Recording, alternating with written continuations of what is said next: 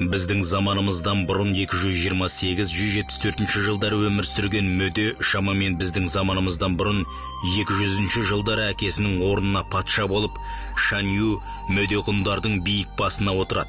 Хан династиясына бағынып тұрған заман болатын. Хан императоры Мөденің басын елдіру үшін нөкерлерін жіберіп, ғұндардың ең жүйрік аттарын сұратады. Ақсақалдармен кеңесіп, сәйгүліктерді бергізеді. Сонда бір ақсақал: «Ат ердің қанаты, соғыс көлігі, оларға бергенше соғысайық» дегенде, Мөде: «Уақыты келген жоқ, ат табылар, соғысуға біз әлі әлсізбіз» деген екен. Келесі жылы император Мөденің жұбайын сұратады, елші жіберіп.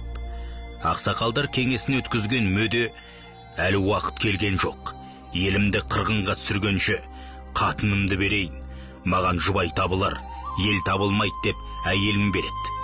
Қытай елшілері ғұндарға мысқыл сынып күліп кетеді. Уақыт өте хан императоры елшілерін жіберіп, шығыс жер аймағын Қытай провинцияларына беруге бұйрықты әкеледі.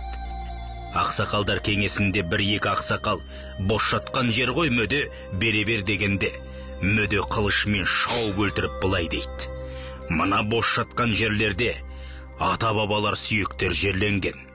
Бізге мұра етіп қалтырды, жер берілмейді. Жер ол халықтың, ғұн мемлекетінің меншігі» деп қылышын көтеріп, «Соғыс» деп айғай салды. Жер бергенше өлгенім артық деген ұранмен жасақтарын көтеріп, Алтай тайпаларын, хан империясын, шығыс Түркістан өңірін, Байкөлден бастап Тибетке дейінгі жерлерді басып алып, бағындырып, салық төлеткен. Ұлығын империясын құрған Шанью Мөде кодексі заңдарын шығарып, онда жер дегеніміз ол мемлекеттің меншігі деп жазылған. Ғасырлар өтсе де, жер үшін қақтығыс әлі де күшіне мінуде. Солардың бірі қазақ елінің адал ұлдарының бірі Жұмабек Ахметұлы Ташенов. Жұмабек ағамыз ел билігіне араласып, қазақ жерінің тұтастығын сақтауға бүкіл ғұмырын арнады. Тың игеру кезінде Никита Хрущев Қазақстанның 5 облысын Ақмола, Көкшетау, Қостанай, Павлодар және солтүстік Қазақстан өңірін Ресейге қосып алу саясатымен Мәскеуден Соколовты жібереді. 1960 жылы Қазақ КСР министрлер кеңесінің төрағасы қызметінде отырған Ташенов Целиноградқа ұшып келіп, жоспарлау комитеті келесі жылға керекті бюджеттің мәліметін бермеді деп Соколовты орнынан алып, 24 сағат ішінде Қазақстаннан қуады. Жұмабек Ахметұлының айтқан сөзі: «Тың өлкесі қазақтың жері, ол ешқашан Ресейге берілмейді» деп қадап айтқан екен. Кейіннен Тың өлкесі комитетінің төрағасы Козлов: «Жолдас Жұмабек Ахметұлы, біз сізден ештеңе сұрамаймыз, тек Мәскеудің бергеніне тиіспеңіз» деп қыр көрсетеді.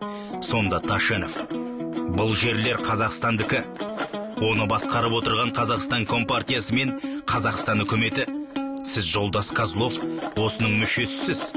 Мынандай қыр көрсететін болсаңыз, қазір партиядан шығарып, жұмыстан босатам» деп кесіп айтқанда, Козловтың зәресі ұшып, көзі алайып, кешірім сұрап жүгірген екен. Қазақтың адал ұлы Жұмабек Маңғыстауды Түркменстанға бермей, оңтүстік жерлерді Өзбекке бермей, Мәскеу қаулыларының талайын тоқтатқан. Кейін орнынан алынған кезде қазақтың ең сүйікті ұлдарының бірі Дінмұхамед Ахметұлы Қонаев Ташеновке қолдау көрсетіп, ұлт мүддесін қорғап, 1964 жылы Өзбекстанға өтіп кеткен жерлерді қайтарды.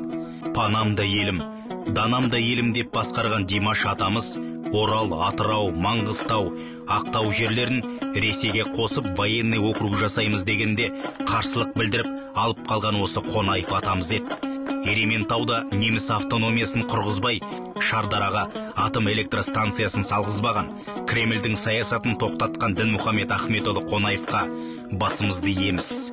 Жер халықтың жеке меншігі. Қазақ шекарасының белгіленуінің 100 жылдығына арналады. Жинақтап ықшамдаған Бауыржан Сатыбалдыұлы.